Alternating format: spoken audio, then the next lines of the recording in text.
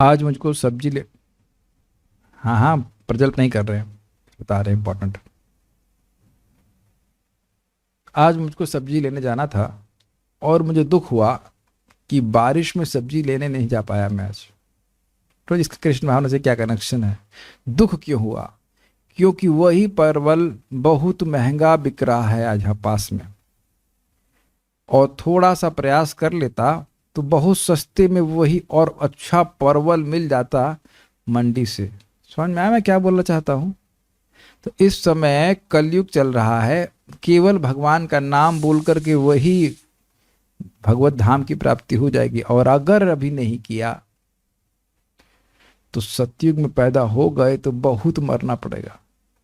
तो वही चीज अगर बहुत सस्ते में मिल रही है और करना आसान है तो व्यक्ति क्यों नहीं आग्रह से करेगा? समझ गया ना? ये सब्जी वाले उदाहरण समझ गए था। फिर अब मुझे जा करके महंगी सब्जी खरीदनी पड़ेगी। वही चीज हम 40 रुपए में क्यों खरीदे जो 10 रुपए मिलती है? इसलिए कल हम वहां पे खरीद रहे तो सबसे सस्ती सब्जी खरीदी, आलू खरीद लिए, थोड़ा सा थोड़ी सी तो रही, अरे यही कल जाएंगे बहुत सस्ते में मिल जाएगी, ये है ना अर्थ। तो वही चीज अगर सस्ते में मिले तो आप लोग का आग्रह नहीं हो जाता है। सड़ी चीज मिले तो नहीं होता है, लेकिन अगर वही चीज सस्ते में मिल जाए तो फिर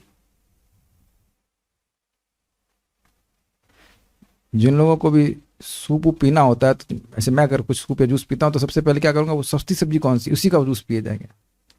तो जो अच्छी चीज, न्यूट्रिशियस चीज सस्ते में मिल रही है, भगवान का धाम सस्ते में मिल रहा है, तो क्या कठिनाई है?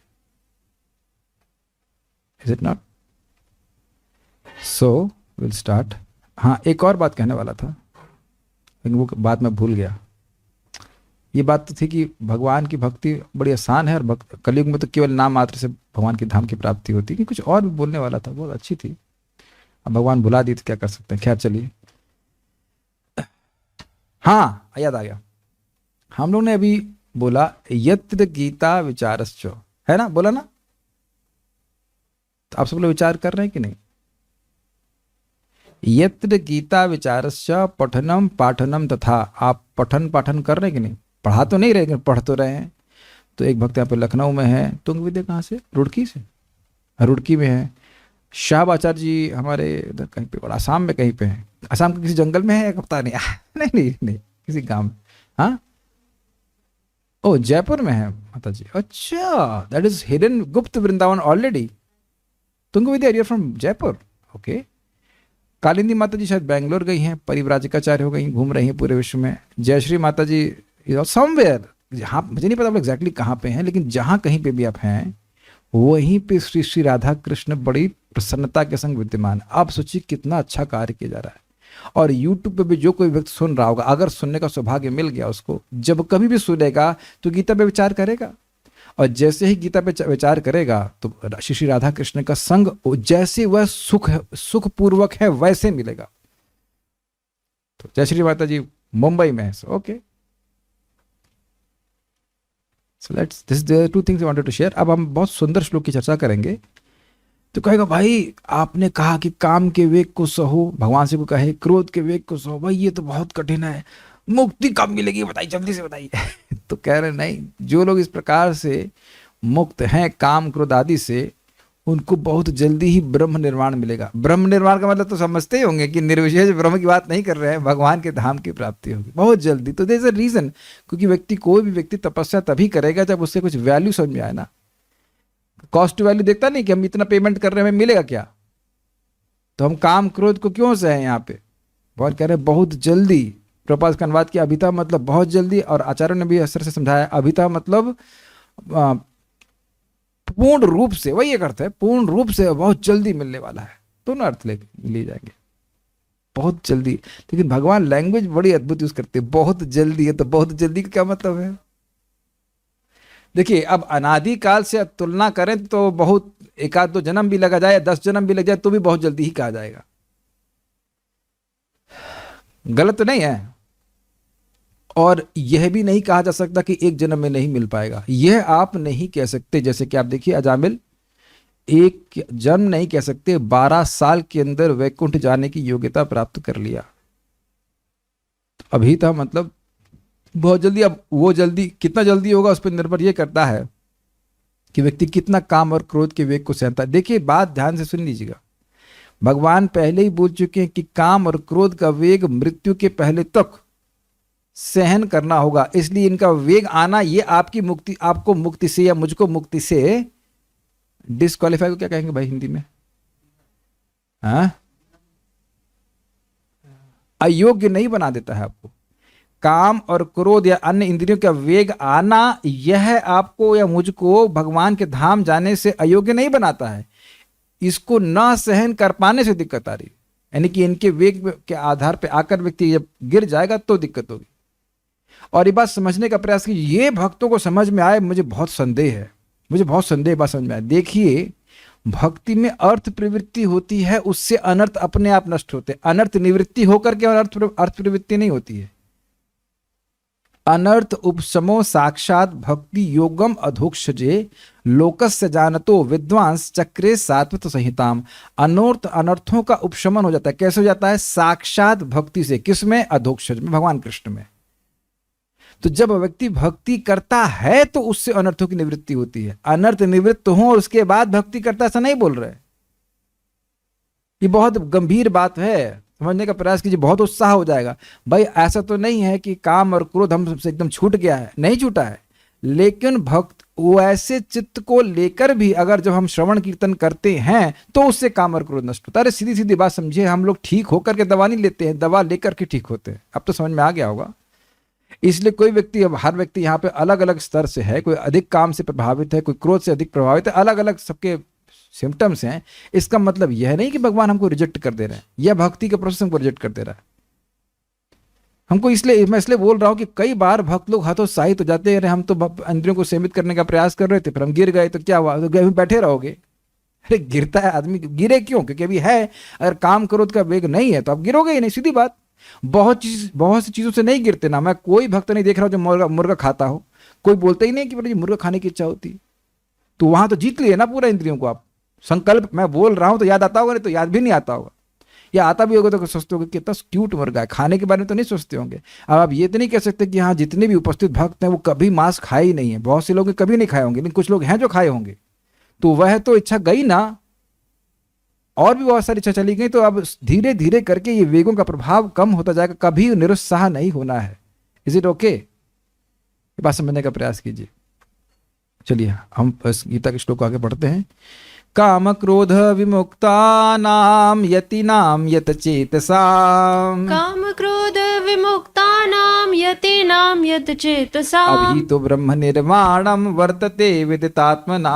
अभी तो ब्रह्म निर्वाणम वर्तते विदितात्मना। काम क्रोध विमुक्तानाम यतीनाम यत चेतसाम। काम क्रोध विमुक्तानाम यतीनाम यत चेतसाम। अभी तो ब्रह्म निर्वाणम वर्तते विदितात्मना। अभी तो ब्रह्म निर्वाणम वर्तते विदितात्मना। काम क्रोध विमुक्तानाम यतीनाम यत चेतसाम। काम क्रोध विमुक्तानाम यतीनाम यत चेतसाम। अभी तो ब्रह्म निर्वाणम वर्तते विदितात्मना। अभी तो ब्रह्म निर्वाणम वर्तते विदितात्मना। काम क्रोध विमुक्तानाम यतीनाम यत चेतसाम। अभी तो ब्रह्म निर्वाणम वर्तते विदितात्मना। काम क्रोध विमुक्तानाम यतीनाम यत चेतसाम। अभी तो ब्रह्म निर्वाणम वर्तते विदितात्मना। जो क्रोध तथा समस्त भौतिक इच्छाओं से रहित है, मतलब जिनमें हृदय में कोई इच्छा नहीं है,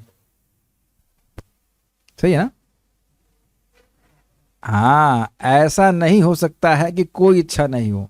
कृष्ण को सुखी करने की इच्छा होती है केवल, तो उसे कहेंगे कि भौतिक इच्छाओं से रहित, नहीं तो फिर हम जड़ हो जाएंगे ना। यस, जो स्वरूप सिद्ध आत्मसंयमी है और समसिद्धि के लिए निरंतर प्रयास करते हैं, उनकी मुक्ति निकट भविष्य में सुनिश्चित है। 100% मुक्त होंगे। काम क्रोध विमुक्तानाम, काम क्रोध से रहित लोगों की, यत चेतसाम, जिनका संयत चित्त वाले, संयत समझ में आ रहा है, संयमित चित्त वाले, विदित आत्मनाम, आत्म तत्व को जानने वाले। आत्म तत्व को जानने वाले का मतलब है कि जो जान रहा है कि मैं देह नहीं हूं, मैं आत्मा हूं, आत्मा का अनुभव नहीं कर रहा हूं, लेकिन आत्मा का अनुभव प्रदान करने वाले साधन में लगा हुआ, ये अर्थ है विदितात्मा नाम का। वो समझ रहे हैं कि आत्मा भगवान का अंश है, भगवान की सेवा करेगा तो अविद्या धीरे धीरे निवृत्त हो जाएगी और उसको आत्मा का साक्षात्कार प्राप्त हो जाएगा। इसीलिए यतचित साम। ऐसे देखिए, काम क्रोध विमुक्ता नाम इसलिए यतचित साम, क्योंकि काम और क्रोध से विशेष रूप से मुक्त है, इसलिए चित्त उनका जो है संयमित है। और क्यों ऐसा है? क्योंकि विदितात्मा नाम। जो व्यक्ति आत्म तत्व को जानेगा कि मैं आत्मा हूं, तभी तो वो मन को संयमित करेगा। ये नहीं कैच कर रहे हैं आप लोग? मन को संयमित क्यों करते हैं जरा बताइए? नहीं करते कि बैठ के जब मान लीजिए आप माला जप कर रहे हैं तो माला तो तुरंत मन बोल लेता, हाँ भाई तुम तो बहुत अच्छा काम करो यार, ये तुमने काम बहुत बढ़िया किया है कि नहीं? Please raise your hand if your mind is like that. जब आप जप करने बैठते हैं तो मन बोलता है यार बहुत बढ़िया काम किया तुमने, बहुत अच्छा काम किया, सब बोलने लग गया आप लोग का मन? सब मुस्कुरा रहे हैं नहीं, आपको थोड़ा सा डांट लगानी पड़ती है वो कहेगा तुरंत ही उसको बाथरूम आ कुछ नहीं होगा तो बाथरूम आएगी, प्यास लगेगी, 1000 तरह के छोटे बच्चे होते ना वैसे। तो क्यों कर रहे हैं भाई? इसलिए कर रहे हैं क्योंकि विदितात्मा नाम। अब हम सब समझ ही रहे हैं कि हम ये देह नहीं है, ये तो दिखाई पड़ रहा है, इज इट नॉट? इसमें एक सरल पॉइंट दूंगा, बहुत सरल पॉइंट। 3 प्रकार के लोग हैं, वैसे शाम को बताएंगे लेकिन फिर बता रहे हैं, हमको इतना सुंदर पॉइंट मिला है। एक कि जो व्यक्ति आत्मा को जानता ही नहीं है तो बिल्कुल निपट भोगी है। दूसरे जो मध्यम लेवल के लोग हैं वो शास्त्र के संस्कार की वजह से यह तो जानते हैं कि वो आत्मा है लेकिन अनुभव नहीं है, इसलिए संघर्ष कर रहे हैं। हम लोग आगे ना इसमें शास्त्र का संस्कार समझ रहे हैं। शास्त्र बार बार बोल रहा है, प्रभुपाद जी बार बार बोल रहे हैं कि तुम आत्मा हो, तो एक मन में छाप आती है, हाँ मैं आत्मा हूं, फिर भूल जाते। तो ये हम लोग हैं। और ऐसे लोग हैं आगे जो पूरी तरह माया से मुक्त है, उनको शास्त्र का ज्ञान भी है और उनको अब देह में कोई अध्यास नहीं कि मैं देह हूं। इसलिए 3 प्रकार के लोग हैं। तो हम लोग कौन से में हैं? संस्कार वाले हैं, मतलब पता है कि आत्मा है लेकिन अब रियलाइजेशन नहीं है, लेकिन रियलाइजेशन प्राप्त करने में लगा हुआ है, ऐसे लोग हैं। यति नाम। अब यति नाम का बहुत अच्छा अर्थ है। यति का मतलब क्या होता है? यत्न करने वाला। यत्न समझते हैं प्रयास करने वाला, तो यत्न तो सभी लोग कर ही रहे हैं। यत्न का अर्थ यहाँ पे है आत्म साक्षात्कार के लिए यत्न करने वाला। बहुत अच्छा लगा हमको। और देखिए, अब यति का सामान्य अर्थ आप सन्यासी लेते हैं, और सन्यासी का अर्थ क्या होता है? जो मन से, वाणी से, कर्म से भगवान की सेवा करे। तो बताइए सन्यासी कौन हो सकता है? कोई भी व्यक्ति सन्यास ले सकता है। कभी कभी माताएं पूछती हैं क्या माताएं सन्यास ले सकती हैं? लेना ही चाहिए। व्हाट? क्या बाल मुड़ाना पड़ेगा? नहीं, बिना बाल मुड़ाए सन्यास ले सकते। न लाल कपड़ा पहनना, न पीला पहनना, न काला पहनना, कुछ नहीं। मन से, वाणी से, कर्म से कृष्ण की सेवा में लगना, ये अभ्यास करना है। डोंट लेट माया। समझ में आया? ये माइक आप है मान लीजिए, माया लगातार धक्का देना चाहती है कि हटो, भगवान की सेवा नहीं करो, भगवान का स्मरण मत करो, कुछ और बात करो, अपने चित्त को कहीं और लगाओ। और ये बात भगवान गीता में कहते हैं, अभ्यास योग युक्तेना चेतसा न अन्य गामिना। अभ्यास योग के द्वारा चेतना को कहीं और नहीं जाने दो। अपने कर्म के द्वारा, मन के द्वारा, वाणी के द्वारा कृष्ण की सेवा करो। यही आज शाम को हम सुनने वाले हैं, निर्वलीक भाव से। इसलिए नहीं कि हमें कुछ भोग चाहिए, नहीं, भगवान का प्रेम हमारे हृदय में प्रकट हो जाए। है ही हृदय, बस खाली में है प्रेम, बस प्रकट हो जाए, ये अर्थ। इस प्रकार के यत्न में लगा हुआ है। यहाँ के भोगों को प्राप्त करने में यत्न है ही। यत्न करना नहीं चाहिए। देखिए, विचार कीजिए, आज मेरे पास, आपके पास जो कुछ भी है, अगर आज मृत्यु आ जाए तो सब छिन जाएगा कि नहीं? तो यानी कि ये जितनी भी उपलब्धियां हैं, ये सब समय के द्वारा, समय की तलवार से काट दी जाएंगी। तो जो बुद्धिमान व्यक्ति हैं वह इन उपलब्धियों के प्रयास करते ही नहीं। बात तो ये है। तस्यैव हेतु प्रयतेत को विदः न लभ्यते यद भ्रमताम उपरिदः। दुख तो अपने आप आता है, बल्कि सोचते हैं कि चला जाए, लेकिन फिर भी आता है। तो जो बुद्धिमान है, जो विवेकी है, वो ऐसी चीज में इन्वेस्ट करते हैं जिसको समय की तलवार भी नहीं काट सके। आप सब जानते हैं कि यदि हम लोग आज मर जाएं, हम नहीं चाहते आप में से कोई मरे, एटलीस्ट आज नहीं, कल मर सकते हैं क्लास के बाद, एक क्लास सुन के उसके बाद, लेकिन क्लास में हम लोग मरते नहीं है। एक तो दिक्कत है। भगवान, एक बड़ी मजेदार बात है, बड़ी मजेदार बात। अब आए रही तो बोल ही दें कि अपने चित्त को कृष्ण में लगाए रहो, तो माया वेट करेगी कब ये कृष्ण से चित्त को हटाए, तब मारूं इसको। क्योंकि अगर चित्त लगा हुआ है कृष्ण में और तब मारा तो भगवान के पास चला जाएगा। तो माया तो चाह रही है कि ना पहुंचे ना अगर आप कृष्ण को मन को कृष्ण में लगाए हुए हैं तो माया तो वेट करेगी ना, अरे यार रुको उसको देखते हैं, सींध लगाई रहेगी कब ये कृष्ण का विस्मरण करे। और आप करते ही जाएंगे करते ही जाएंगे करते जाएंगे करते जाएंगे, तो अंत तो करता तो शरीर छूटेगा, तो भगवान के पास चले जाएंगे। है ना इंटरेस्टिंग बात। यही बात प्रभुपाद जी ने 2.3.17 में बताई है कि आयुर्हरति वै पुंसाम वाले श्लोक में, कि भक्त भगवान के श्रवण कीर्तन में लगा रहता है तो वह उसकी आयु क्षीण नहीं होती है। तो ये सब बातें सुन करके व्यक्ति यति होता है, अर्थात यत्न करता है, कृष्ण की प्राप्ति के लिए यत्न करता है। तो ऐसे लोग क्या क्या विशेषण उनके, काम क्रोध से विमुक्त हैं, यत चेतसा मन को संयमित किए हुए हैं, विदितात्मा नाम आत्मा के तत्व को जानने वाले हैं, और यति नाम यत्न कर रहे हैं। ठीक है, तो ऐसे लोगों का अभितः निकट भविष्य में आश्वस्त ब्रह्म निर्वाणम वर्तते, ब्रह्म निर्वाण उपस्थित होता है। उपस्थित होता है समझ रहे हैं, जैसे ट्रॉफी आती है उस तरह से, they get the prized, they get the prize of their they get liberation as their prize। मुक्ति उनके ट्रॉफी के रूप में आती है। मुक्ति का अर्थ भगवान के लिए, भक्तों के लिए भक्ति ही है। भक्ति प्राप्त करके ही व्यक्ति वास्तविक रूप से मुक्त होता है। क्या आप लोगों को ये कुछ प्रेरक नहीं लग रहा है? भगवान बता रहे हैं ना कि क्या करोगे, 4 चीजें याद रहेंगी, काम क्रोध से विमुक्त, और मन को संयमित किया हुआ, अर्थात मन को भगवान की सेवा में लगाए हुआ,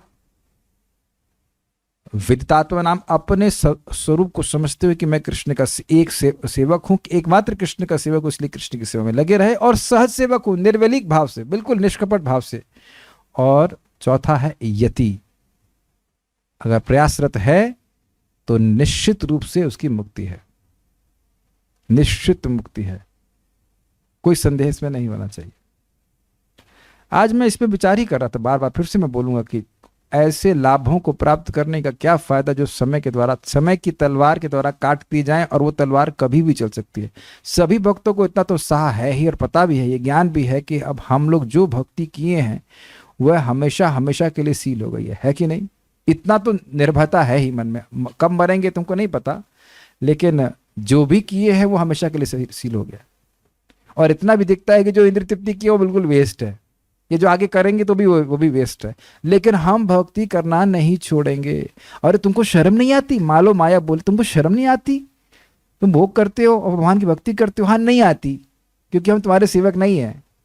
वही प्रवृत्त कराती बात में, तुमको शर्म नहीं आती भगवान की सेवा करते? तुम्हें इसी में रहना चाहिए। नहीं, नहीं रहेंगे, संघर्ष करते रहेंगे, हम नहीं छोड़ेंगे भगवान की भक्ति को।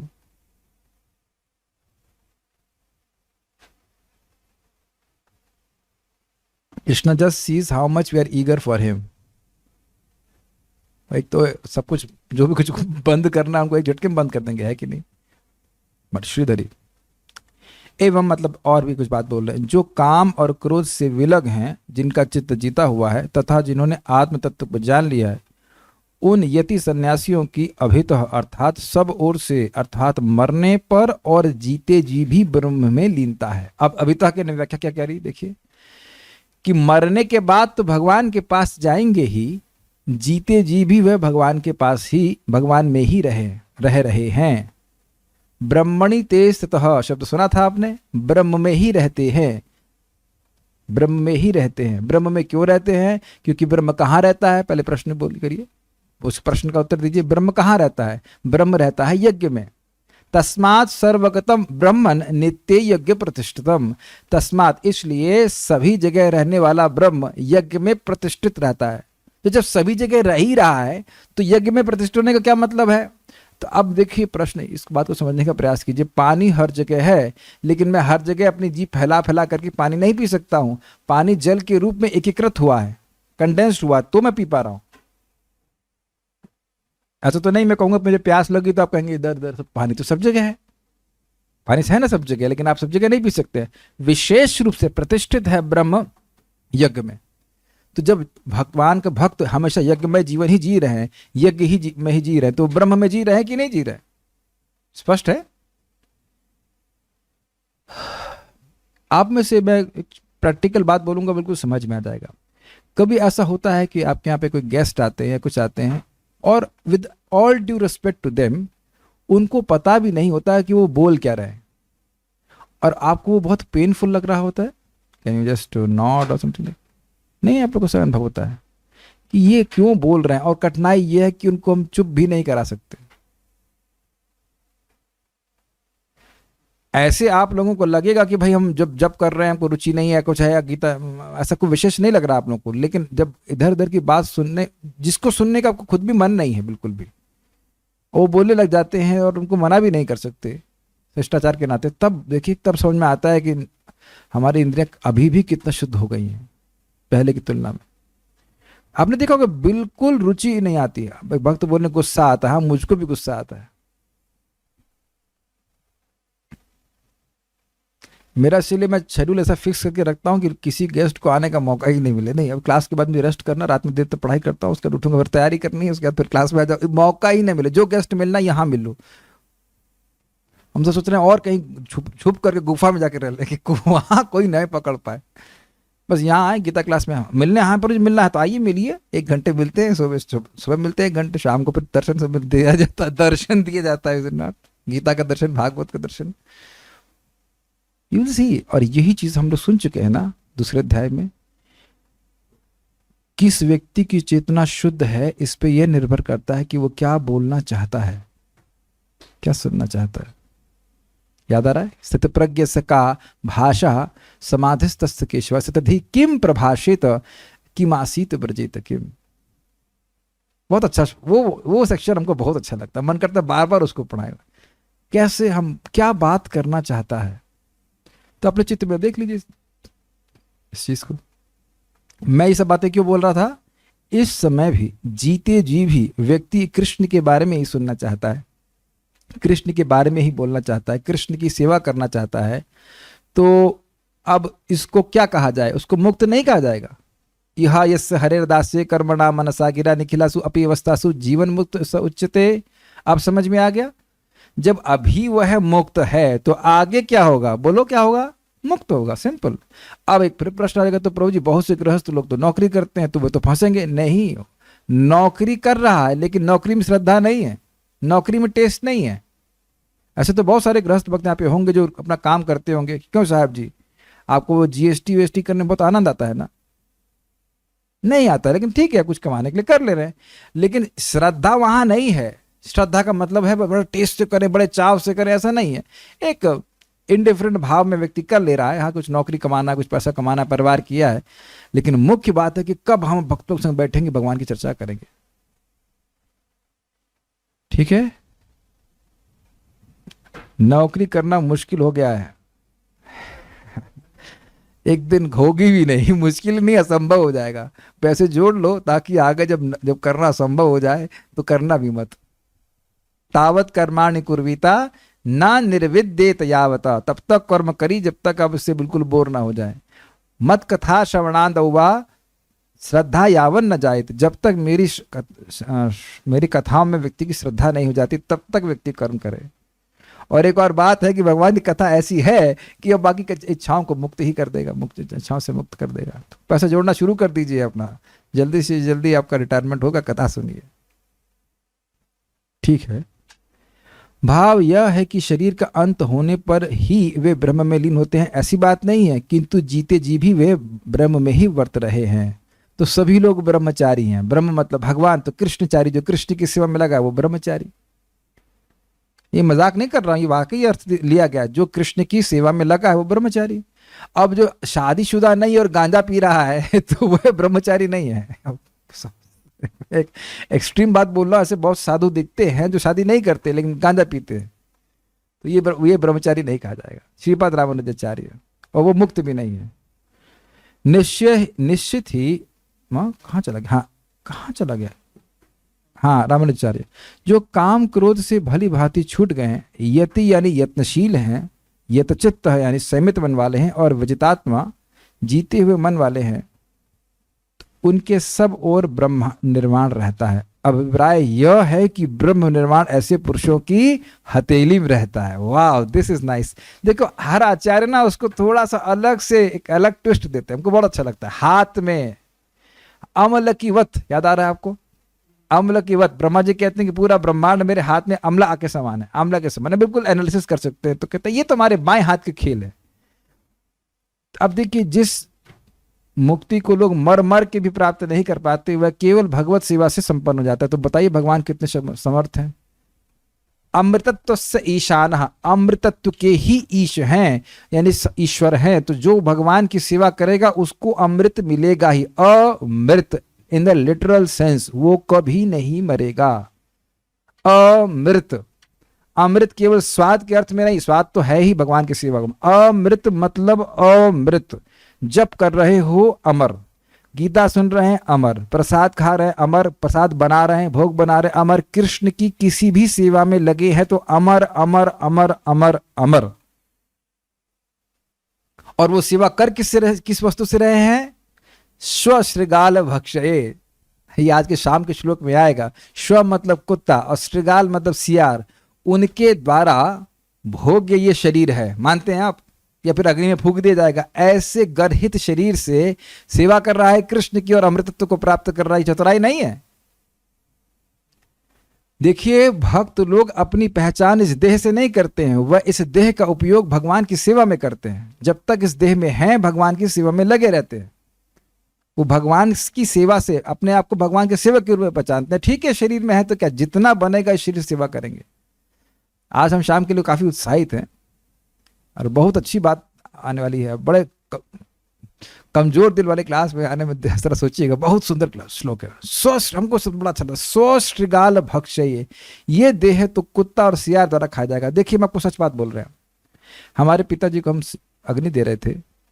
अगर आप लोग को ऐसा अनुभव है कभी किसी को अग्नि देने का है जैसे भी, तो आप देखेंगे पूरा शरीर नहीं जलता है, नाभि आदि कुछ भाग रह जाता है। तो दूसरे ब्रह्मचारी, जो सीनियर ब्रह्मचारी सारन ठाकुर प्रभु ने कहा, इसको यमुना में फेंक दीजिए कछुओं के लिए। कछुओं के लिए, गलत तो नहीं कह रहे ना? छाती का भी कुछ रहता है, कछुओं के लिए। बिल्कुल सही कहा, वृंदावन के कछुए हैं। समझ में आ गया ना? शास्त्र में तो सुन ही रहे हैं और आंखों से भी देखा हमने। माता जी का भी शरीर हमने जब संस्कार किया तो देखते हैं कि एकदम सब कुछ राख हो जाता है। तो जो राख हो जाने वाली वस्तु है, ये शरीर भी तो राख हो जाएगा। उसको भगवान को समर्पित करके अगर हमें अमरता प्राप्त हो जा रही, तब भी अपने आप को रोकना चाहिए। अब अगर तब कोई रोक रहा है तो आप बताइए उसे क्या कहेंगे? अच्छा, आप लोग बताइए क्या कहेंगे उसको? कोई टाइप करके बताइए कि क्या कहेंगे उसको। जो राख होने वाली वस्तु है उससे राख प्राप्त करे, एक ऑप्शन। और दूसरा ऑप्शन है कि उस राख को अर्पित करके भगवान को प्राप्त करे। तो जो ना करे, सेकंड ऑप्शन को ना सेलेक्ट करे, तो अरे साधना भक्ति माता जी बता रही हैं कि मूर्ख हैं।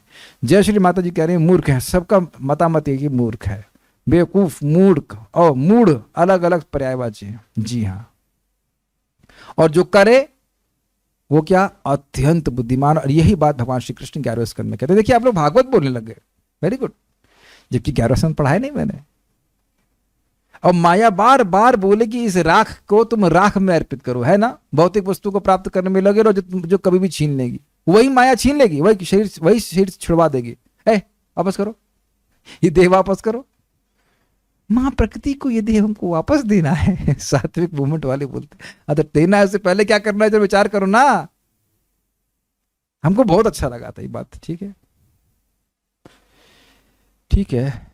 तो हाथ में है मुक्ति। अगर आप भगवान का नाम उच्चारण करते हैं, भगवान को प्रसाद भोग लगाते हैं, भगवान को प्रणाम करते हैं इत्यादि। बल्कि और दूसरे एंगल में आप देखें, मैं श्लोक नहीं कोट कर पा रहा हूं, बिलव मंगल ठाकुर जी का एक श्लोक महाराज कई बार कोट करते हैं। हस्तानस्तप ऐसे करके अपने हाथ में भगवान मुक्ति रखते हैं कि कोई जैसे प्रणाम करे तुरंत देते हैं उसको। इस जगत में आप देखते हैं कि जब कोई व्यक्ति, कोई छोटा व्यक्ति, छोटा मतलब उम्र में छोटा व्यक्ति किसी वृद्ध व्यक्ति को प्रणाम करता है तो वो उसकी पीठ पे आशीष देते हैं। देखा है आपने? कभी किए भी हैं प्रणाम? ऑब्वियसली आप किए होंगे। और करने के बाद आपने देखा कि जो वृद्ध है कहेंगे युग युग जियो। एक ब्रह्मचारी बड़ा विरोध में कहा, युग युग जिए, दुखालय में युग युग जिए से क्या फायदा होगा? लेकिन ऐसे वो बोलते हैं। तो अपने हाथ में आशीर्वाद रखते हैं कि नहीं? तो वहां पे महाराज बहुत सुंदर श्लोक कोट कर रहे थे कि भगवान को जैसे ही कोई प्रणाम करता है तो भगवान अपने हाथ में मुक्ति रखते हैं, कहीं इसलिए प्रणाम हो जाए तुरंत दे देते, तुरंत दे देते। कृष्ण प्रणामी न पुनर्भवाया। तो इसी प्रकार से बात सुन करके लोग भगवान को प्रणाम करते हैं, भगवान का नाम जप करते हैं, ये सब करते रहते हैं।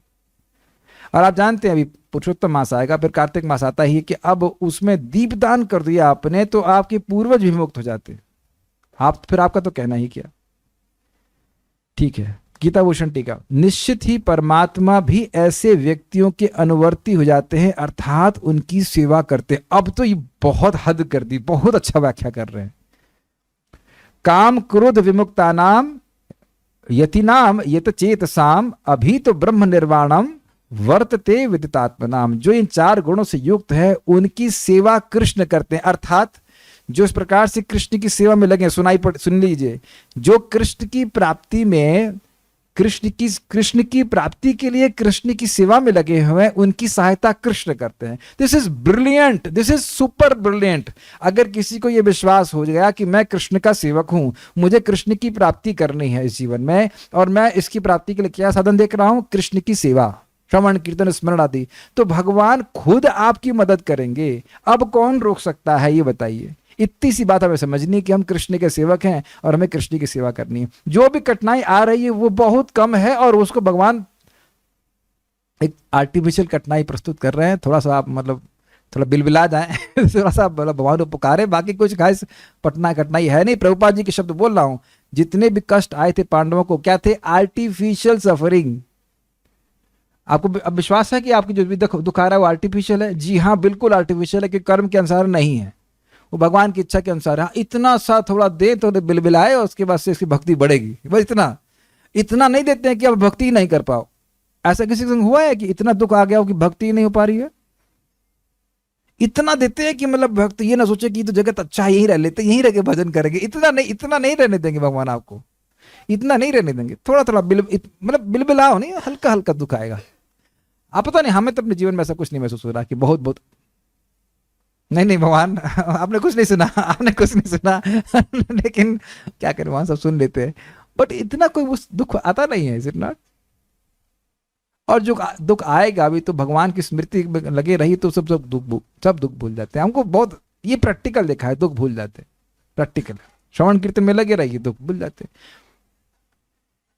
हमको ये बहुत अच्छी लग रही है। निश्चित ही, संदेह नहीं करो, निश्चित ही परमात्मा भी ऐसे व्यक्तियों के अनुवर्ती हो जाते हैं। आप पता है, प्रभुपाद जी का शब्द है, बहुत अच्छा बोला गया, तुम चाहे 1 नंबर के चोर हो, डकैत हो या कुछ भी हो, तुम्हारा संकल्प होना चाहिए, मैं कृष्ण को देखूंगा, मैं कृष्ण को देखूंगा, कृष्ण की सेवा करूंगा, कृष्ण की प्राप्ति करूंगा, देन यू आर परफेक्ट। क्या कठिनाई है बताइए इस तरह का संकल्प करने की? जो इस प्रकार प्रयासरत हैं यति नाम, उनकी परमात्मा सभी प्रकार से सहायता करते हैं। एकदम सामने देखिए आपके लिखा हुआ है। तो अब आपके मन में क्यों संदेह रहता है, हमारे मन में क्यों संदेह? हम तो भजन कर रहे हैं, भगवान लग रहा है भगवान देख ही नहीं रहे हैं। वो देख कब नहीं रहे ये बताइए, कब नहीं देख रहे हैं? जब हमको पता भी नहीं था कि हरे कृष्ण मंत्र का हा क्या है, कि रा क्या है, कृष्ण क्या है, तब भी वह नोट कर लिए थे कि इस जीव को मुझे अब गुणों के पार करना है, क्योंकि इसने मेरा नाम लिया है। हरे कृष्णा कृष्ण कृष्ण हरे हरे, हरे राम राम राम हरे हरे। IIT में ही मैं देखा था, कुछ आदतों से मैं बहुत परेशान था और मुझे लगता था कि भगवान अब तो छोड़ देंगे ना, अब नहीं, अब कुछ मेरा होप नहीं है अब तो, लेकिन नहीं छोड़ा। कृष्ण को छोड़ना नहीं आता। He has 0 fire policy, he does not fires his servant. समझते हैं फायरिंग मतलब? समझते हैं? वो अपने सेवकों को कभी नहीं निकालते, चाहे कुछ भी हो जाए, कुछ भी हो जाए। 2 सेवक आ गए थे तो उनको पीछे पीछे भगवान आ गए उनको लेने के लिए। Krishna never rejects his servants. बस अपने को मन में धारण कर लीजिए कि मैं कृष्ण का सेवक हूं, चाहे कुछ भी हो जाए, मैं कृष्ण की सेवा नहीं छोड़ूंगा। क्योंकि एनी हाउ आप कृष्ण की सेवा कर रहे हैं, माया की सेवा कर रहे हैं, तो भी कृष्ण की सेवा कर रहे हैं, तो काय को छोड़ू? जब छोड़ ही नहीं सकता तो छोड़ू क्यों? जब वो नहीं छोड़ रहे तो हम क्यों छोड़े? बहुत अच्छा है, महाराज बहुत अच्छा बोलते हैं परम पूज्य राधानाथ महाराज, लव मीन्स एंडलेस फॉरगिवनेस। भगवान भी जान रहे हैं कि ये जीव तो बहुत प्यारा है, छोटू सा प्यारा सा बच्चा है हमारा, ये तो केवल अविद्या के कारण ऐसा कर रहा है। He wants to serve me, he wants to love me. That is what Krishna sees. अपने भक्तों के महान अपराधों को भी नहीं भगवान देखते हैं। और सेवाम मनागपि तथा बहुधा विपत्ति, थोड़ी सी भी भक्त सेवा करता है तो उसको बहुत मानते हैं। कृष्ण इस प्रकार के हैं। ये बार बार सुनना, अरे जिसने उनके ससुर को ही मर्डर करवा दिया, कौन बोलो? कोई नहीं जानता। सत्यजित भगवान कृष्ण के मतलब सगे ससुर बोलते हैं, क्या बोलेंगे, असली ससुर है, सगे ससुर कह लीजिए। किसके पुत्र, किसके पिता हैं, भूल रहा हूं मैं, सत्यभामा, सत्यभामा के पिता हैं। तो उनका मर्डर करवाया था अक्रूर जी ने शतधन्वा के द्वारा, और भगवान को ये पता था, फिर भी अक्रूर जी को कुछ नहीं डांटे, कुछ भी नहीं बोले। वो लंबी कथा है, उसके लिए आप कृष्णा भक्त पढ़ लीजिएगा। लेकिन बात ये है, मैं खाली ये बोल रहा हूं कि एक बार आपने स्वीकार कर लिया कि मैं कृष्ण का सेवक हूं, कुछ भी हो जाए मुझे कृष्ण की सेवा करनी, कुछ भी हो जाए, चाहे मुझसे कुछ भी हो जाए, मैं कृष्ण की सेवा नहीं छोड़ूंगा। भगवान की सेवा में लगा ही रहता है व्यक्ति, प्रयास करता रहता है, तो भगवान उसकी सब प्रकार सहायता करते हैं। ये बात हमेशा ध्यान रखिएगा कि अगर हम भगवान का उपाय स्वीकार करते हैं तो भगवान से ही सहायता आती है, और जब भगवान सहायता करते हैं तो फिर क्यों, कौन सा ऑब्स्टेकल, कौन सा कठिनाई हमारे जीवन में रुक सकती है, आप विचार कीजिए। विश्वास रखिए प्लीज, आपके सामने देखिए, कोई हम लोग मन से नहीं बोल रहे, सामने आपके रखा है। ऐसा कहा गया है कि दर्शन ध्यान संस्पर्शैर मत्स्य कूर्म विहंगमाः स्वान्य अपत्यानि पुष्णन्ति तथा हम अपि पद्मज। अपनी संतान को एक मछली देखकर, एक कछुआ ध्यान के द्वारा और पक्षी स्पर्श के द्वारा पोषण देता है, मैं अपने भक्तों को इसी समान स्नेह के साथ पोषण करता हूं। हे ब्रह्मा, पद्म पुराण से। ये कितना सुंदर श्लोक है। अब आप देखिए, अब आप विचार कीजिए, एक अंडा, मछली के अंडे होते हैं, तो अंडों में तो अपनी सामर्थ्य क्या होता है, लेकिन मछली केवल देख देख करके, प्रेम से देख करके अंडों को जीवन दे देती है एक तरह से।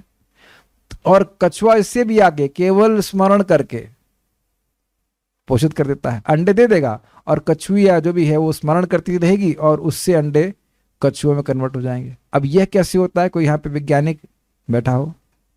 ओके, तो हम लोग बात कर रहे थे कि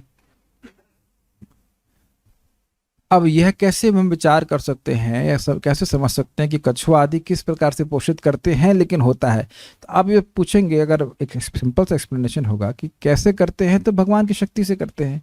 जब ये पशु, और ये कैसे पशु हैं, एकदम निम्नतर, कछुआ और मछली एकदम निम्न माना जाता है, यह देख कर, सोच करके, वात्सल्य से और इस कामना से कि मेरे बच्चों की वृद्धि हो।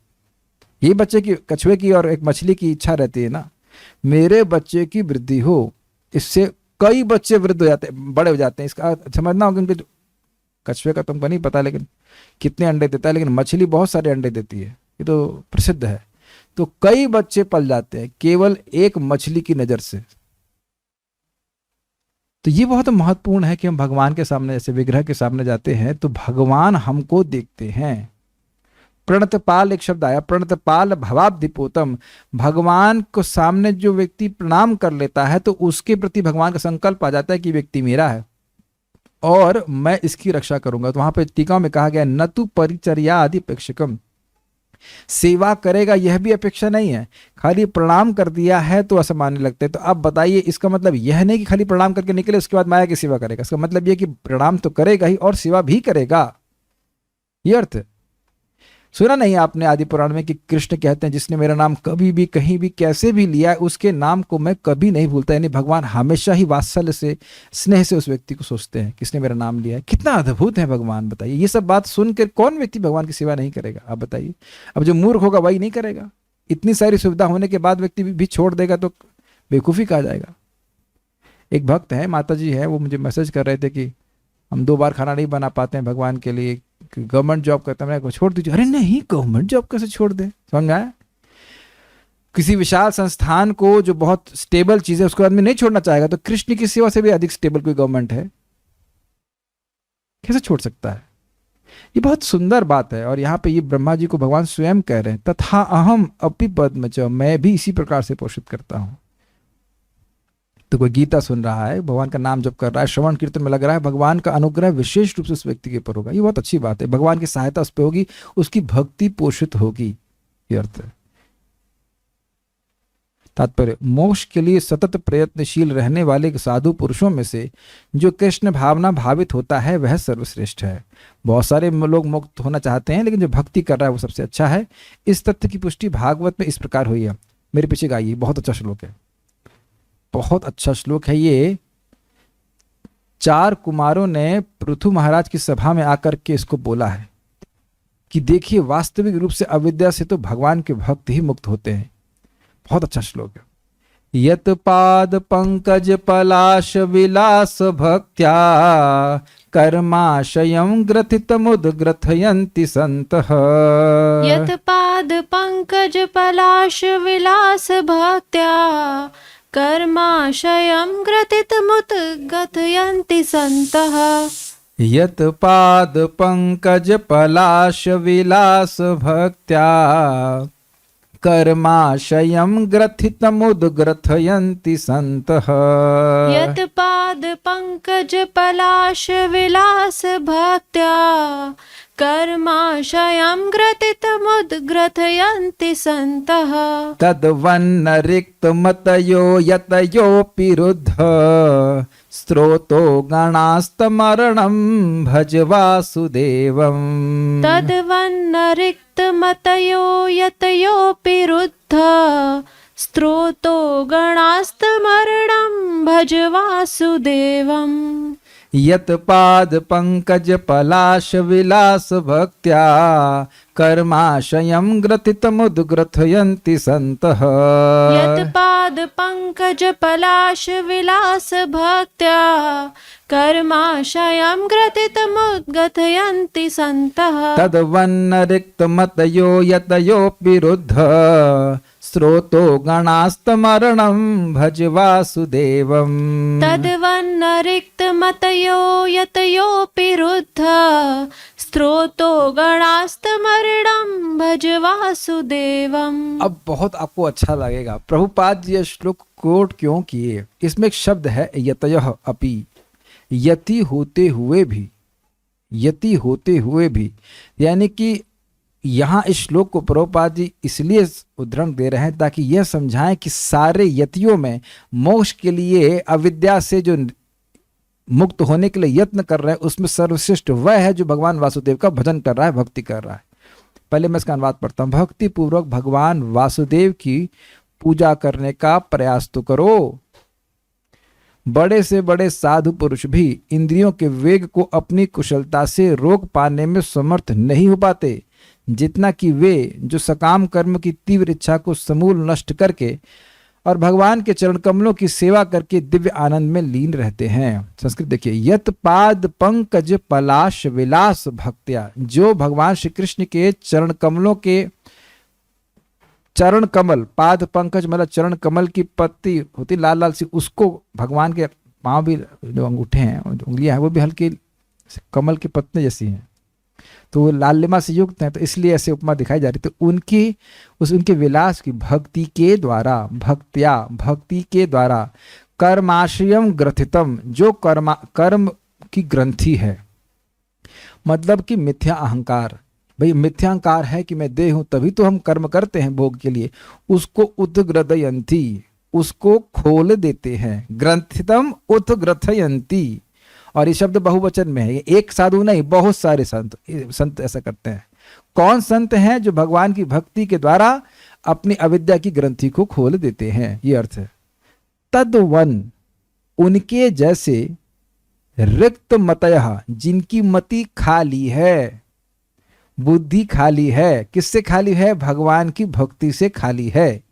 यतयो अपि रुद्ध, यद्यपि वह महान यति है, फिर भी स्रोतो गणांश, इंद्रियों का प्रवाह जो है उसको स्रोत के समान कहते हैं। स्रोत समझ रहे हैं आप? पानी का स्रोत कितना खूब पानी आ रहा है उसमें, तो इंद्रियों का जो वेग है उसको वह रुद्ध नहीं कर पाते, रोक नहीं पाते। इसलिए तमरणम भज वासुदेव, भगवान वासुदेव का भजन करो। अब आप बड़ा स्पष्ट समझ सकते हैं, इसकी व्याख्या हम लोग कई बार कर चुके हैं कि देखिए, इंद्रियों को भगवान की सेवा में लगाना बहुत आसान है, क्योंकि इंद्रियों के वेग को रोका नहीं जा रहा है, इंद्रिय के वेगों को भगवान की तरफ नियोजित किया जा रहा है, और उससे जो सुख मिलता है उससे इंद्रिय शांत हो जाती है। हम कई बार बोल चुके हैं, भगवान का प्रसाद ग्रहण कर लेते हैं तो बाहर की वस्तुएं खाने की इच्छा नहीं होती है, भगवान की बात बोलते हैं तो दुनिया की बात सुनने की इच्छा नहीं होती। लेकिन ऐसे लोग चुप रहते हैं तो बहुत कठिन है। ऐसे एक बहुत सुंदर बात है, प्रसिद्ध बात है, महाराज उदाहरण देते हैं कि कोई बहुत महान सन्यासी थे मायावाद संप्रदाय में, और उन्होंने सन्यास लिया। तो एक बार उनके बड़ा प्रवचन हो रहा था, बहुत लोग इकट्ठे थे, उनकी पूर्व पत्नी, एक्स पत्नी कहते हैं, वह भी आके बैठी हुई थी। तो बोले कि तुम भी यहाँ पे हो। हजारों लोगों में उनको दिख गई पत्नी, और वो बोल भी दी कि तुम यहाँ पे हो। जब भी वह बोले होंगे तो पत्नी ने उत्तर दिया कि आप हमको भी नहीं भूल पाए। और इतना उनको शौक लगा, इतना उनको झटका लगा कि कई दिनों तक वह बोले ही नहीं। आप लोग सामान्य सी बात मानेंगे, लेकिन उनको हिट करे, उसने इतना सा उन्हें बोल दिया आप हमको भी नहीं भूल पाए। क्या ब्रह्म सत्य जगत मिथ्या बोलते हैं ना, जगत मिथ्या है तो मिथ्या जगत में मिथ्या पत्नी को स्मरण करने क्या मतलब है। आप लोग बहुत सारे स्वप्न देखते हैं, कितने याद रहते हैं और कब तक याद रहते हैं? उस दिन भी याद नहीं रहते। कोई पूछे क्या देखा था, ऐसे कुछ देखा था, कुछ ऐसे ठीक ठीक याद नहीं आता है कि नहीं। आज कौन सा सपना देखा आपने, किसी को याद है? तो जब बोल दिए कि जगत मिथ्या है तो मिथ्या पत्नी को क्यों स्मरण कर रहे हो? और इतना याद है कि हजारों लोगों में से काफी लोग मतलब बैठे होंगे, जो भी इतने भी, हमको नहीं पता कितने बैठे, लेकिन बैठे हुए थे, और उसमें उनको याद आ गया तुम भी आई हो।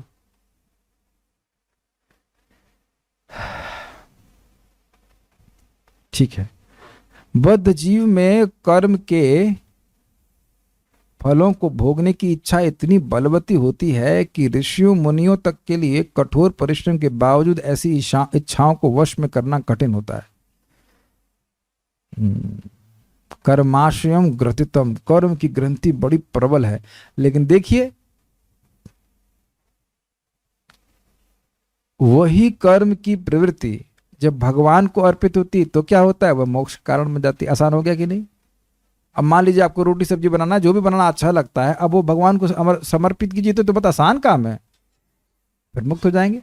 और ये मैं अपने मन से तो बोल नहीं रहा हूं, भगवान स्वयं बोलते हैं यद करोषि यद अश्नासी यद जुहोसी ददासी यद तपस्यसि कौन्तेय तत्कुरुष्व दर्पणम शुभाशुभ फलैरेवं मोक्ष से कर्म बंधने संन्यास योग युक्तात्मा विमुक्तो माम पैशसी। तुम जो कुछ भी करते हो, जो कुछ भी खाते हो, जो कुछ भी तपस्या करते हो, जो कुछ भी दान देते हो, वह सब मुझको अर्पित करो। तो रोकने के लिए कहाँ बोल रहे हैं, करने के लिए बोल रहे हैं, रोकने के लिए कहाँ बोल रहे हैं। और ऐसा करोगे तो शुभ और अशुभ दोनों कर्म के फलों से मुक्त होकर के तुम भगवान के पास आ जाओगे। अब आप बताइए, एस्ट्रोलॉजी में, आप तो जानते हो एस्ट्रोलॉजी में कहीं ऐसा प्रमाण है, दिया है इस तरह का कोई सोल्यूशन दिया गया है? बोल देंगे हाँ ये देवता की पूजा कर लो, ये शांत हो जाएगा, वो शांत हो जाएगा, लेकिन ऐसा कोई एस्ट्रोलॉजर नहीं बोल सकता कि कर्म के बंधन से मुक्त हो जाओ। ऐसा तो आप लोग नहीं पढ़े ना कहीं। और सबसे बड़े एस्ट्रोलॉजर भगवान श्री कृष्ण बता रहे कि अपने कर्म को मुझको समर्पित कर दो, मैं सब खा जाऊंगा, शुभ भी खा जाऊंगा और अशुभ भी खा जाऊंगा, तुमको भी खा जाऊंगा, तुमको अपने पास ले आऊंगा। विमुक्तो माम पैश्यसि, तुम विमुक्त होकर के 4 प्रकार के रसों में स्थित होकर के मेरे पास आओगे। आप देखना, हमने जो पढ़ाएंगे उसमें बहुत अच्छा लगता है। विमुक्त, विशेष मुक्ति मिलेगी, भगवान के प्रेमी बनकर तुम भगवान के पास पहुंच जाओगे। तो कर्म करने छोड़ना की जरूरत ही नहीं। जो अपने कर्म कर रहे हैं भगवान को उससे जोड़ने का प्रयास कीजिए, वो सीखना है भगवत गीता में। युद्ध करना छोड़ा था ना था अर्जुन ने, बस केवल उद्देश्य चेंज किया था। तो क्या दिक्कत है? जो करना आता है वो ही करने के लिए बोल रहे हैं, तो दिक्कत क्या है? शैली शुक्ला माता जी, क्या आपको हमने शीर्षासन लगाने के लिए बोला है? और किसका नाम ले हम? करण चौधरी नहीं, क्या नाम है, अनिता नाम है, अनिता माता जी, आपको कोई बोला जा रहा है कि आप फिजिक्स के फॉर्मूले FG m1m2/r² सीखिए? कुछ भी नहीं, कुछ भी नहीं सीखने को ला। रोटी बनाना आता है, हाँ रोटी बहुत बना लेते हैं, तो बनाओ भगवान के लिए, तो जीवन की सार्थकता है, हाथ सफल हो गए। इतना सिंपल। लोगों, अच्छा एक चीज बताओ माताओं, आप लोग विश्वास होता है इसकी रोटी बना बना करके आप मुक्त हो जाएंगी? इतना इजी हो सकता है? क्यों? हरे कृष्णा बोलने से इजी हो जाता है। बोला इतना आसान कि 2 घंटा माला जप करेंगे और भगवान के पास पहुंच जाएंगे। भगवान के पास तो आप बाद में पहुंचेंगे, पहले तो भगवान आपके पास पहुंच गए। हरे कृष्णा कृष्ण कृष्ण हरे हरे, हरे राम राम राम हरे हरे। कितना आग्रही है कृष्ण। जिस दिन रियलाइजेशन होगा, अरे ये तो भगवान है। अच्छा एक चीज बड़ी रुचिकर बात है, आपको पता है भगवान कौन है? आप मेरी बात समझ नहीं पा रहे हैं। भगवान क्या वस्तु है ये तो हमको अनुभव है नहीं, भगवान के नाम का अनुभव है। तो हम ये कैसे जानेंगे कि भगवान का नाम भगवान से भिन्न है? मैं कहूं कि चीनी और बूरा एक ही है, मानते हैं ना? चीनी और बूरा एक ही वस्तु है? चीनी और खांड ऑलमोस्ट एक ही होता है, अलग वस्तु नहीं है। दोनों को जानते तब तो आप साम्यता बैठा पा रहे हो ना। तो भगवान का नाम और भगवान में कोई भेद नहीं, तो भगवान का अनुभव हो गया आपको। तो जब भगवान का पूरा अनुभव होगा जो नाम के ही द्वारा होगा, तो अरे अरे तो वही वस्तु है, ये तो वही है। एक छोटी सी कहानी बोलूंगा फिर आगे बढ़ूंगा, बड़ी सुंदर कहानी। एक भिखारी था, उसने कभी सोना नहीं देखा था, बड़ी अच्छी कथा है। तो राजा के पास गया, कहा कि हमें सोना देखना चाहता हूँ। अच्छा सोना देखना चाहते हैं, देखिए देखिए। तो कहा ये देखिए सीढ़ी यहाँ पे हमारे खजाने उधर सोना रखा हुआ, इस सीढ़ी पे चढ़ जाइए और खिड़की खोलेंगे तो आपको वहां से दिख जाएगा सोना क्या होता है। तो सीढ़ी से चढ़ने लगा, उसने बाद ढक्कन खोला तो अंदर देखा सोना है। ओह अच्छा, इसको सोना कहते हैं। जब उसने खिड़की बंद करी तो देखा कि सीढ़ी भी सोने की थी। समझ में आया? तो ये जो भगवान की भक्ति है ये भगवान से अभिन्न है। ये साधन भक्ति कर रहे हैं लेकिन ये भगवान के आश्रय से अलग नहीं है। प्रभुपाद जिसको समझाते हैं कि भगवान का आश्रय लेना मतलब भगवान के श्रवण कीर्तन के प्रोसेस का आश्रय लेना, भक्ति के प्रोसेस का आश्रय लेना। नाम स्वयं भगवान है। कृष्ण पूर्ण वपुषे नमो नमः, इसकी केवल अनुभूति होनी है। तो भगवान की प्राप्ति तो हो चुकी है, केवल अनुभूति होनी है, ये बात। तो कोई अपनी कुछ भी आप चाहते हैं उसको रोकने की जरूरत नहीं है। Obviously it has to be within limits. कोई मुर्गा खाना चाहता है तो उसको हम नियोजित नहीं कर सकते हैं, लेकिन कोई पापाचरण नहीं है, उसके अलावा वो कोई भी कार्य हम करते हैं। पेंटिंग करना चाहते हो, बल्कि पेंटिंग है, म्यूजिक है और राइटिंग, इन तीन चीजों से तो मन और लगता है कृष्ण में, अगर आप ऐसा सामर्थ्य है तो और भी कोई कारण कृष्ण के लिए कुकिंग कर सकते हैं। जो कुछ भी करना आता है कृष्ण के लिए कीजिए और देखिए पक्का भगवान की प्राप्ति होगी। भगवान स्वयं कह रहे हैं जो भगवत भक्त कृष्ण चेतना में निरंतर भक्ति करता है और आत्म साक्षात्कार में सिद्ध होता है, वह शीघ्र ही मुक्ति प्राप्त करता है। आत्म साक्षात्कार का पूर्ण ज्ञान होने से वह निरंतर समाधिस्थ रहता है। ऐसा ही एक उदाहरण दिया जा रहा है। दर्शन ध्यान संस्पर्श ही मत्स्य कूर्म विहंगमा स्वान्यपत्यानि पुष्णन्ति तथा हम पद्मज। मछली, कछुआ तथा पक्षी केवल दृष्टि, चिंतन तथा स्पर्श से अपनी संतानों का पालते हैं। हे पद्मज, मैं भी उसी तरह करता हूं। मछली अपने बच्चों को केवल देखकर बड़ा करती है, कछुआ केवल चिंतन द्वारा अपने बच्चों को पालता है। कछुआ अपने अंडे थल में देता है और स्वयं जल में रहने के कारण निरंतर अंडों का चिंतन करता है। वैसे काफी इंटरेस्टिंग है, हम लोग भूमि पे रहते हैं और भगवान कारणार्णव जल में रहते हैं। एक अर्थ ले सकते हैं नहीं?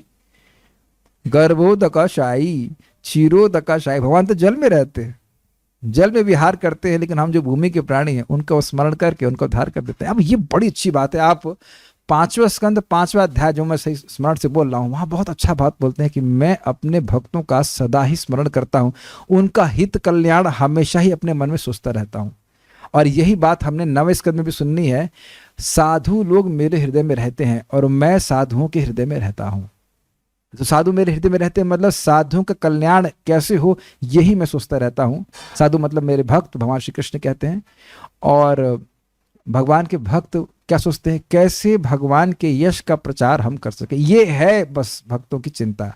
कैसे भगवान के यश का प्रचार हम कर सकें, कैसे भगवान के यश का प्रचार हम कर सकें। और ये कठिन नहीं है। दुनिया में भी पॉलिटिक्स की कैंपेन करने वाले लोग ये सोचते हैं कैसे हम अपने लीडर का प्रचार अधिक कर सकें।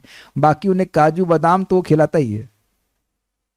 भक्तों की केवल एकमात्र एंजाइटी है और बड़ी स्वीट एंजाइटी, कैसे कृष्ण के यश को पूरे विश्व में हम फैला सकें। जैसे कि आप देखिए युधिष्ठिर महाराज का, क्यों युधिष्ठिर महाराज ने राजसूय यज्ञ किया? ताकि उस राजसूय यज्ञ में बड़े बड़े देवता आएंगे और जिसकी अग्र पूजा होगी वो स्थापित हो जाएगा कि वही भगवान है, उससे श्रेष्ठ कोई व्यक्ति नहीं है। और कृष्ण उस राजसूय युग में लोगों के चरण धुल रहे हैं और उनकी अग्र पूजा होती है। स्थापित हो जाता है कि यद्यपि यह सबके पांव धुल रहे हैं फिर भी ये भगवान है। शिव जी भी थे, ब्रह्मा जी भी थे, जो सर्वश्रेष्ठ व्यक्ति थे उसकी अग्र पूजा होगी। अग्र पूजा मतलब सबसे पहली पूजा किसकी होगी? जो सर्वश्रेष्ठ व्यक्ति है वो भगवान है। अब शिव जी के सामने अगर किसी की पूजा हो रही तो शिव जी से श्रेष्ठ हुआ कि नहीं बताइए? और जबकि भगवान 16,108 पत्नियों के पति हैं बाह्य दृष्टि से। तो ये थी एंजाइटी युधिष्ठिर महाराज की। एंजाइटी कह लीजिए, चिंता, कैसे कृष्ण को भगवान के रूप में स्थापित किया जाए। भगवान तो है लेकिन उनका यश स्थापित करना है, ये भक्त की एंजाइटी होती। और ये जो एंजाइटी है वो कभी शांत होती भी नहीं है, बल्कि नारद जी तो भगवान कृष्ण के सामने हैं और कहते हैं कि हे भगवान, मुझे एक ही आशीर्वाद चाहिए, एक आशीर्वाद तो ये चाहिए कि आपके भक्त आपकी भक्ति से कभी संतुष्ट ही ना हो। तो भगवान हंसे, कहे ये क्या सा वरदान मांग रहे हो, यह तो भक्ति का स्वरूप ही है कि मेरे भक्त मेरी भक्ति करके संतुष्ट होते ही नहीं है। उनको हमेशा लगता है ना हम तो कुछ नहीं कर रहे, जितना भक्ति करेंगे उतना लगेगा। और तो ये तो वरदान तुमने ऐसे ही मांग लिए, तो भक्ति का स्वरूप ही है। दूसरा वरदान क्या चाहिए, तो कहते हैं कि मैं अनंत काल के लिए आपके यश का विस्तार पूरे अनंत कोटि ब्रह्मांड में करता रहूं। जो व्यक्ति भगवान को साक्षात देख रहा है उसकी भी यही इच्छा है कि बस भगवान का यश का प्रचार करें। It's a very great joy because Krishna becomes happy. This prayer by Narad ji is actually manifesting Krishna's desire. भगवान कृष्ण चाहते हैं उनके यश का विस्तार हो, क्योंकि उनका यश जितना जीवों को पवित्र करता है उतना कुछ नहीं करता, कोई चीज नहीं करती। ये बात सुन लीजिए, 1000 बार बोलूंगा, चाहे आप कितनी बार बोर हो जाइए। हमें जीवन का लक्ष्य है कि अपने हृदय को शुद्ध कर दें, और हृदय को शुद्ध करने का सर्वश्रेष्ठ तरीका है भगवान के यश का विस्तार करना, यश को श्रवण करना। सबसे शक्तिशाली तरीका, सबसे शक्तिशाली तरीका आप देख लेना। बहुत सारे प्रमाण हैं भागवत में, जितना प्रमाण श्रवण कीर्तन पे है, जितनी महिमा उसकी गाई गई, उतना और किसी साधन की नहीं गाई गई है। और जितना प्रेम भगवान से, जितना श्रद्धा विश्वास भगवान पर श्रवण से होता है, उतना किसी चीज से नहीं होता। इसीलिए जप करो, वो सुनो, कथा सुनो, इस पर बल दिया जा रहा है।